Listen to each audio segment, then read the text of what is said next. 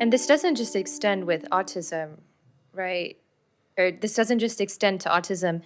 It also includes other types of disabilities, right? Like the stigma and Oh, people not wanting to absolutely. speak up about having a family member. Yeah. Oh, no, absolutely.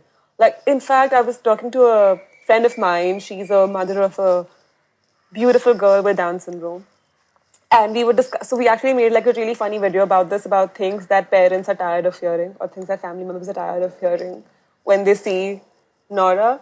Because everybody would go like, oh, she doesn't look abnormal. Oh, she doesn't look disabled.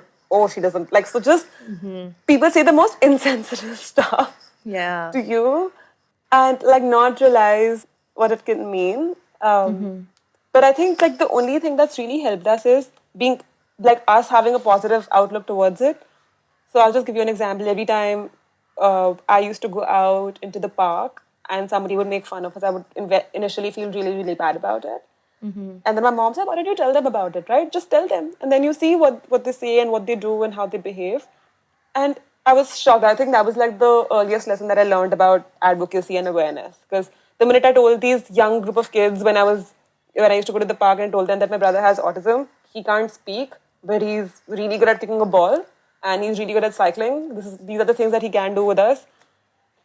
I think everybody went out of their way to help him, to like accept him, I remember we would go all of us would go to pick him up from his evening classes together. So just talking about it, and when you put something out in the right way, it sort of helps people understand better.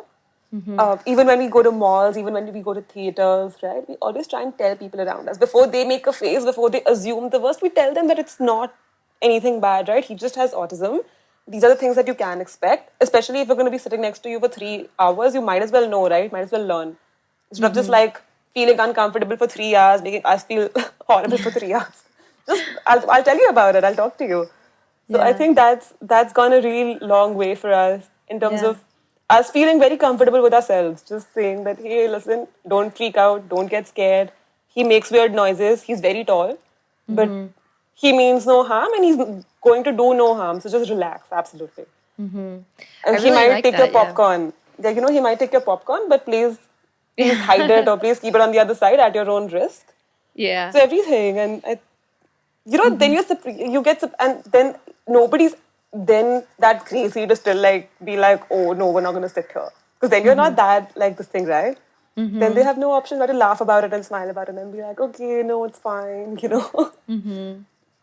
Right. But So then you see, it's about giving the autistic community a chance to be in public, yeah, and I think what you're doing and what you and your family are doing about educating people that you meet is a great start too, because they like you said, they see you, they trust that you are just trying to protect your brother, and being open to the possibility that they can understand and they can be accepting also.